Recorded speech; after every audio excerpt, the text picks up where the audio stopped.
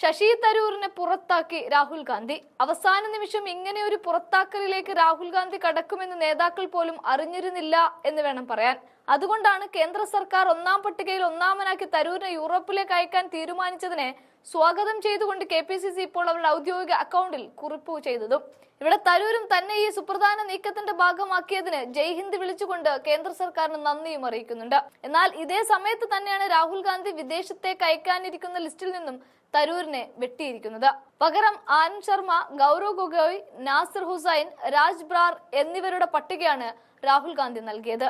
ഇതോടെ ഒരു കാര്യം വ്യക്തമാക്കുകയാണ്. അതായത് തരൂർ ഇനി BJP പ്രതിനിധിയായിട്ടാണ് കേന്ദ്രം അയക്കുന്ന പ്രത്യേക സംഘത്തിനൊപ്പം ഇന്ത്യക്ക് വേണ്ടി വിദേശത്തേക്ക് പറക്കുന്നത്.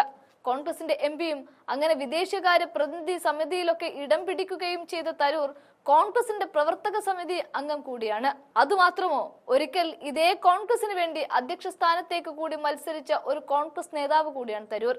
അതായത് കോൺഗ്രസിനെ അതിന്റെ അമരത്ത് നിന്ന് മുന്നോട്ട് നയിക്കാനായിട്ട് കോൺഗ്രസിന്റെ അധ്യക്ഷ സ്ഥാനത്തേക്ക് മത്സരിക്കുക വരെ ചെയ്തു എന്നത്. എന്നാൽ ആ തരൂരിനെ എങ്ങനെ മെരുക്കിയെടുക്കണമെന്നോ എന്താണ് വിശ്വപൗരനായ തരൂരിന് വേണ്ടത് എന്നോ ഒരിക്കൽ പോലും കോൺഗ്രസ് ആലോചിച്ചിട്ടില്ല. അതാണ് ഈ പുറത്താക്കൽ കൂടി വ്യക്തമാകുന്നത്. കാരണം ഇപ്പോഴത്തെ അവസ്ഥയിൽ പാകിസ്ഥാനെതിരെ ഒരു നീക്കം നടത്തുമ്പോൾ അത് അമേരിക്കയും ബ്രിട്ടനും അടക്കം വിദേശ രാജ്യങ്ങൾക്ക് മുന്നിൽ വ്യക്തമാക്കി കൊടുക്കാൻ ഐക്യരാഷ്ട്രസഭയിൽ വരെ പരിചയമുള്ള വിദേശ നീക്കങ്ങളെ നന്നായിട്ടറിയാവുന്ന തരൂരിനെ പോലുള്ള ഒരു നേതാവിനെ കൊണ്ടേ സാധിക്കൂ.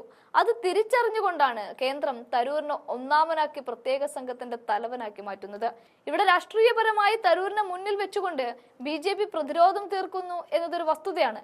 എന്നാൽ ആ BJPയുടെ ഈ പ്രതിരോധത്തെ മറികടക്കേണ്ടത് ഒരിക്കലും ലിസ്റ്റിൽ നിന്നും വെട്ടി ഇല്ലാതാക്കിക്കൊണ്ടാവരുത്.